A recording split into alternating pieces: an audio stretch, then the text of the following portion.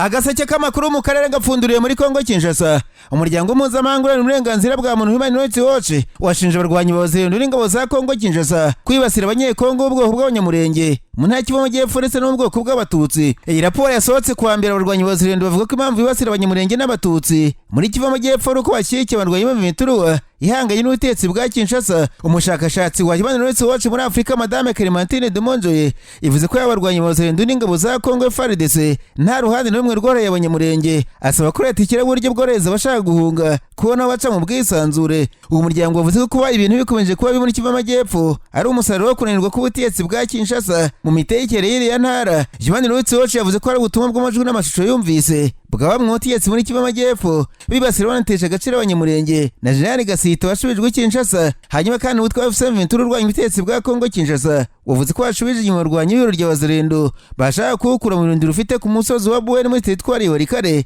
ni muri Kivu y'Amajyaruguru. Ibyo byabaye mu Rwanda ikomeye yabaye mu ijoro yo kuwa gatandatu rikira ku cyumweru ku musozi wa Buweni uri hagati ya Groupement Ruberike ndetse na Wazalendo muri Warikare. Ikinyamakuru Actualité cyavuze ko byageze mu gitondo cyo ku itariki ya 14 ku cyumweru hagarutse tuze ko imirwano yari yarangiye nta rusaku rw'amasasu rucyumvikana. Abarwanyi Wazalendo bashaka gukura F7 turabindira ifite kuri uwo musozi kuva muri Kamena y'umwaka, ariko uwo mutwe wabera ibamba basubiza inyuma berekeza muri Groupement ya Wazalendo. Ibyo birindiro byagumye mu maboko y'umutwe wa F7 turabigezemo muri Kamena uyu mwaka ubwo ari mu rugamba rwo gukura inyeshya Wazalendo mu birindiro byazo bya Buhimba muri Groupement ya Wazalendo. Ariko kandi reka mabwire ko Imventura yafashe bwa mbere umudugudu wa Rongo mu mirwano ikazi Masisi. Umudugudu wa Rongo mu gace ka Hembe muri Jeferi ya Bashari Mukoto teritwari Masisi muri Kivu y'Amajyaruguru wafashe ku nshuro mbere y'abarwanyi ba Imventura mu mirwano ikazi na Wazalendo FARDC umunsi wose wo ku cyumweru tariki ya 14. Amakuru agera ku bibuga rwa Kivu Morning Post aturuka muri abo gace avuga ko mu masaha y'umugoroba ari bwo abarwanyi ba Imventura bagaragaye bari muri umudugudu mu kwirukana inyeshyamba za Wazalendo muri icyo gice cya Masisi.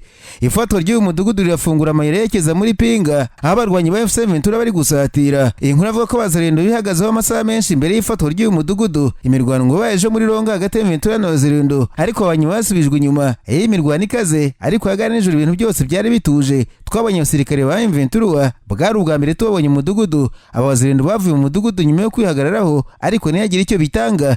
Niko bisubirwaho n'umuturage muri ako gace wavuganye n'itangazamakuru. Amakuru avuga ko habayeho no guhunga ko abaturage ku cyumweru muri uyu mudugudu batinya gufatwa n'amasasu. Abarwanyi ba F7 bahise bakurikiza kuganiriza abaturage babahumuriza kugira ngo bave mu bihuru bari bahungiyemo basubire mu ngo zabo. Ijoro ryo ku cyumweru ngo ryari rituje nubwo abaturage batagaragaraga cyane hanze. Uyu mudugudu wafashwe nyuma y'indi myinshi yigaruriwe n'abarwanyi ba F7 mu cyumweru gishize muri iyo Groupement n'ubundi. Biravuga ko kandi ko urujya n'uruza rw'abantu ba F7 rukirimo kugaragara mu bice byegereye Pinga ku mirongo yose y'urugamba muri teritwari za Masisi na Warikare. Reka mabwire kandi ko umutwe wa Imventura ku cyumweru wungutse abasirikare umutwe udasanzwe barenga 7,000 nyuma yo gusoza imyitozo bari amaze amezi 6 bahabwa. Ni imyitozo abasirikare biganje bahoze mu ngabo za leta ya Kongo FARDC bihuje Imventura ubwo yafataga imijyi ya Goma na Bukavu mu ntangiriro z'umwaka turimo bahirwaga mu kigo cya gisirikare cya Rumangabo ni muri Kivu y'Amajyaruguru. Umugaba mukuru w'ingabo za Imventura General Sultan Makenga yashimye bariya basirikare kubw'umuhati ndetse n'intego bagaragaje, abasaba gukoresha ubumenyi bahawe bagakorera igihugu. General Makenga avuze ko ibibazo byose biri muri Kongo Kinshasa byazimwe n'ubutegetsi bwa Tshisekedi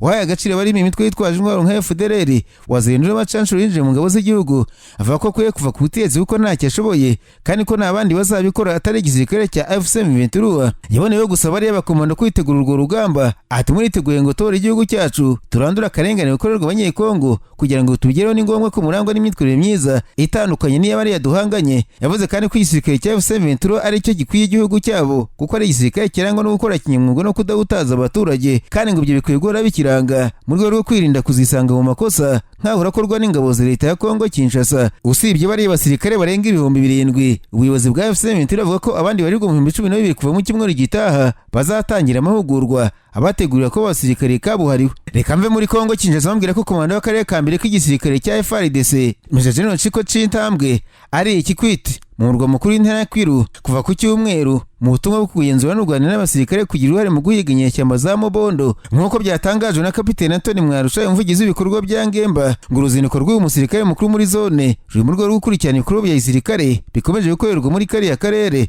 Kapiteni Antoni Mwarusha yasobanuye ko mu gihe azaba ari muri uyu mujyi uherereye mu majyepfo y'uburengerazuba bw'igihugu, General Chiko Chintambwe azasuzuma ibikorwa bya gisirikare byo kurwanya umutwe witwara gisirikare wa Mobondo muri teritwari ya Kwamuth intara ya Maindombe. Urubuga Seti sur Seti Sede ruvuga ko uruzinduko rwe muri kara karere ruje mu gihe ingabo za Kongo Kinshasa zihanganye n'umutwe w'umubondo mu ntara Maindombe. Bivuga ko abarwanyi benshi bagize uyu mutwe witwara gisirikare bamaze kwicwa, harimo ba komanda babo bamwe bafashwe abandi baritanga. Jean Major Chiko Chintambwe, umuyobozi mukuru wungirije w'igisirikare cya Kongo cyangwa se chef d'état major général adjoint chargé des opérations, yari yahawe kuyobora ibikorwa bya gisirikare cyangwa se operations mu ntara Kivu y'Amajyaruguru, aho M23 yari ihanganye imikomeye n'ingabo za leta ya FARDC. Gusa kubera gukekwaho ubugambanyi, Jean Chiko yahagaritswe kuri izi nshingano atageze ku mugambi we mbere yo kwezwa gukorera ahandi. Nararanganije amaso ibinyamakuru byandikirwa muri Kenya. Abanyamakuru bakiza amakaramu ku mpapuro barandika. Manziko Rigati Gachagua Vice President wa Kenya yatangaje ku mugaragaro ko zamaze ku mwanya wa perezida muri Kenya 2024 ngo asezeranye abaturage ngo igitinyira igihugu cyahuranye ubutetsi bwa Mwai Kibaki. Ibinyamakuru bya Kenya byanditse ko Gachagua yitangaje nka kandida perezida mu gihe abanyapolitiki benshi bari kwegeranya cyane abatavuga n'ubutegetsi bwa William Ruto bashaka uko bakwishaka mu mukandida umwe rukumbi. Rigati Gachagua ukubutse muri Amerika yagaragaje ko ashaka umutware kizigenza muri Mount Kenya, akarere gasanzwe kagena imitegekere y'iki gihugu.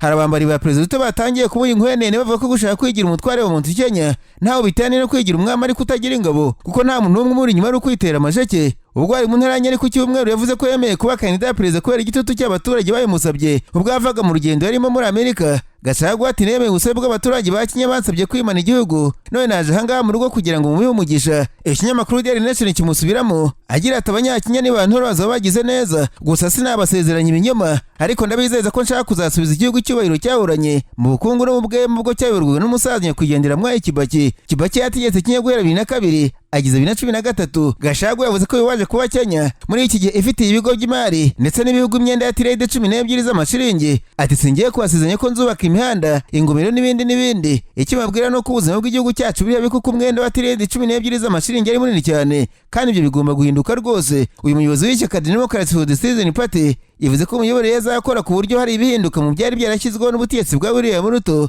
yigeze kubera vice perezida bakaza gufa ibibazo bya politike. Mu magambo ya Gachagua yavuze ko igihe nigera gatorwa azagarura uburyo buhamye bwo gutuma abaturage ba Kenya bivuza neza, ubukode bw'inzu ntiburemerere cyane abaturage, kandi akaba uburezi butangirwa ubuntu. Gachagua kandi yashidikanyije ku mashuri ya perezida Ruto, yavuze ko nubwo afite impamyabumenyi y'ikirenga cyangwa se PhD bitabuza umuntu kumwibazaho. Kuri we ngo Ruto ntashoboye gutegeka Kenya, ndetse niyo mpamyabumenyi ngo irakemangwa. Ati nubwo ko yize kaminuza birenze, nta kintu kibigaragaza mu myaka 3 amaze ku butegetsi. Rigati Gachagua yavuze ko perezida William Ruto Kasongo atazarenza manda imwe, anemeza ko azakora ibishoboka byose ibyo bikaba. Yavuze ko batavuga rumwe na Ruto aribo Kalonzo Musyoka, Marita Karua, Dr. Fred Matiang'i cyangwa se Eugene Wamarwa bagomba kwishyiramo bakura ubutegetsi bwa Ruto. Agaseke k'amakuru mu Karere ngafunikira muri Uganda. Abanyamakuru bakojeje ba muri no barandika manitse ko perezida w'inteko ishyira amategeko ya Uganda Madame Anita Amonge ari ku gitutu nyuma y'amagambo atavuzweho rumwe arutse gutangaza agaragaza ko yiteguye gutangira umwami w'abatoro inkwano. Ku mbuga nkoranyambaga Abanya-Uganda bavuze ko Madame Anita Amonge yasuzuguye umwami w'abatoro ndetse n'abaturage baho bose, kuko ntaho byabaye ko umwami w'ubwoko atangirwa inkwano n'abandi bantu. Hari abanenze Anita Amonge bavuga ko nta muyobozi umurimo, ngo hatwaye n'amarangamutima avuga ibitavugwa,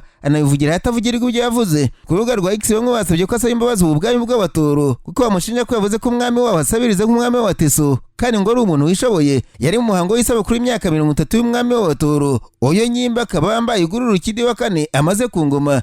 Muri uyu muhango wabera mu mujyi wa Fort Portal mu burengerazuba bwa Uganda, Anita Amonge yari ihagarariye perezida Museveni. Amonge yavuze ko yiyemeje kuzatanga inkwano umunsi umwami we azaba yarongoye. Ati nyakubahwa urabizi neza ko mfite amashyo, wowe shaka ko muzabana ngiye nzatanga inka zose, nzazizana uyu munsi ndatangira kuzitanga. Nimvugo yashekeje bari bitabiriye umuhango ndetse bamwakiriza amashyi y'urufaya. Icyakora ku mbuga nkoranyambaga impirimbanyi z'umuco zibona ukundi. Abamurenze bavuze ko Amonge yatandukiriye umuco, bavuze ko mu bwami bw'abatora ibijyanye n'inkwano ari ibintu byitonderwa cyane. Bagaragaje ko inkwano isabwa n'umuryango w'umugeni mbere y'uko ubukwe butangira gutegurwa, kikazira kuba yatangwa n'umuntu usanzwe by'umwihariko umugore nka General Retired David Tinyefuza wamenyekanye nka Sejusa, woza ari umuhuzabikorwa w'ibigo by'ubutasi muri Uganda. Yavuze ko ibyatangajwe na Anita Amonge ari amahano. Yavuze ko mu bwami bwa Kitara nibwo abatora bakomokamo, kubona umuntu hisi usanzwe by'umwihariko umugore yiyemeza gukwera umwami ari ubugambanyi bukomeye cyane. Atamashyo yose abarirwa mu bwami abarwa nk'ay'umwami kuko ari we urebera abaturage bahawe muri politike, mu mibereho yabo no mu buryo bw'umwuka.